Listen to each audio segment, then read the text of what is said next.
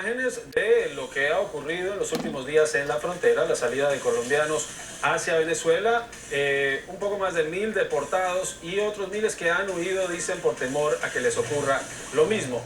El defensor del pueblo de Colombia estuvo en Washington pidiendo medidas cautelares ante la CIDH y la canciller de Venezuela, Delcy Rodríguez, decía que parte de todo esto era la manipulación mediática. Pero, Celestino, comencemos hablando sobre la pregunta de la que estamos hablando. Esta crisis humanitaria que se está dando en el momento en la frontera, ¿responde a una situación que llegó a un punto límite? ¿Responde, como decía el embajador, a que el gobierno de Venezuela está buscando una distracción en medio de una situación interna muy difícil?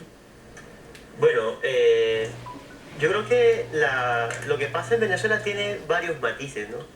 Tiene tanto la necesidad política de mostrar fortaleza de gobernabilidad por parte de Venezuela, demostrar que es un gobierno que tiene carácter de controlar zonas completas de su país que durante tiempo largo han estado abandonadas, pero también responde a que hay carteles del narcotráfico, hay organizaciones guerrilleras del Ejército de Liberación Nacional, de las FARC.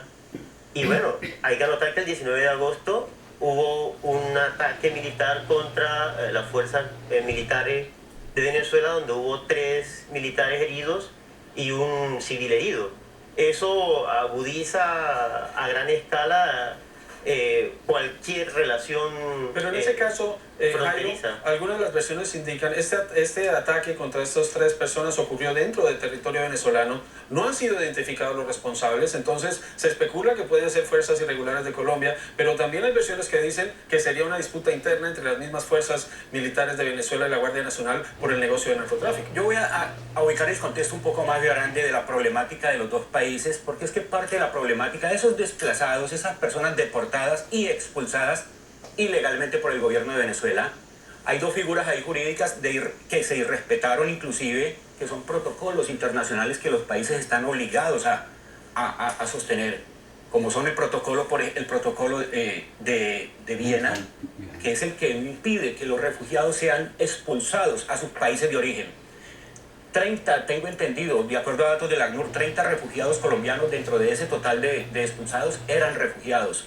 Y la norma internacional prohíbe la expulsión hacia su propio territorio de los refugiados. Entonces, hay una violación de ese derecho fundamental para estos colombianos. Pero el problema, ya cayendo en él, es que en esa frontera cohabitan desde hace muchos años mafias, de las cuales ambos bandos, políticos locales, personas, mafias locales, se benefician. Y no solamente es la del petróleo, la de los bienes básicos que en Venezuela son subsidiados, pero que se venden en Colombia 10 veces más arriba del precio, que generan una cantidad de bandas, que entre otras, muchos de ellos son estos antiguos miembros de las Autodefensas Unidas de Colombia o paramilitares. Si uno sigue la narrativa oficial de Venezuela, esas bandas y ese crimen organizado exclusivamente viene de Colombia hacia Venezuela.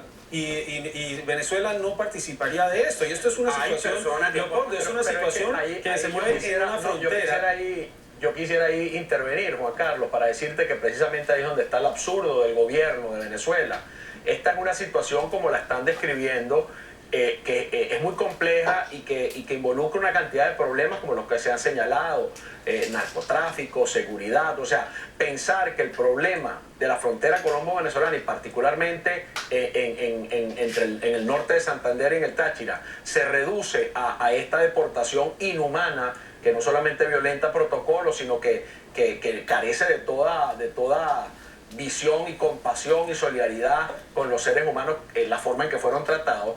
Pero pensar que allí está la solución del problema fronterizo entre Colombia y Venezuela, pero más grave aún, que el gobierno de Nicolás Maduro esté hablándole a Venezuela de que allí está la explicación de la escasez que se vive en el país, o de la inflación que hay en el país, o de los problemas económicos que viven los venezolanos, es lo que resulta precisamente en este contexto no solo inaceptable, sino repudiable. Y lo digo como venezolano, que nuestro gobierno esté colocando a Venezuela frente a la comunidad internacional en un escenario como el que se está viviendo en la frontera para excusar a un gobierno cuya ineptitud, cuya ineficacia no tiene explicación. Yo he hecho el ejercicio de averiguar en Colombia de los productos venezolanos y se consiguen fácilmente en los supermercados, en Medellín, en Cali, en Pereira, en Armenia, en el interior del país.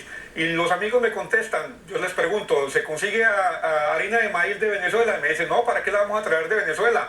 Nosotros lo estamos produciendo y mejor que la de allá. Hay productos de contrabando que se encuentran en esa frontera que siempre ha sido una frontera muy permeable y todo el problema del contrabando ha existido ahí por largas décadas.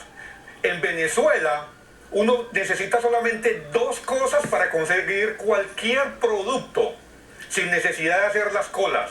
Necesita tener contactos y tener dinero, porque la diferencia entre un producto de un supermercado donde no se encuentra es 50 veces mayor que la que usted puede encontrar en cualquier otro punto, que es un punto de un mercado negro que se ha ido estableciendo. Bueno, nos vamos a la pausa. Cuando regresemos en Directo USA, seguimos con el debate, el análisis y lo que puede ocurrir entre Colombia y Venezuela.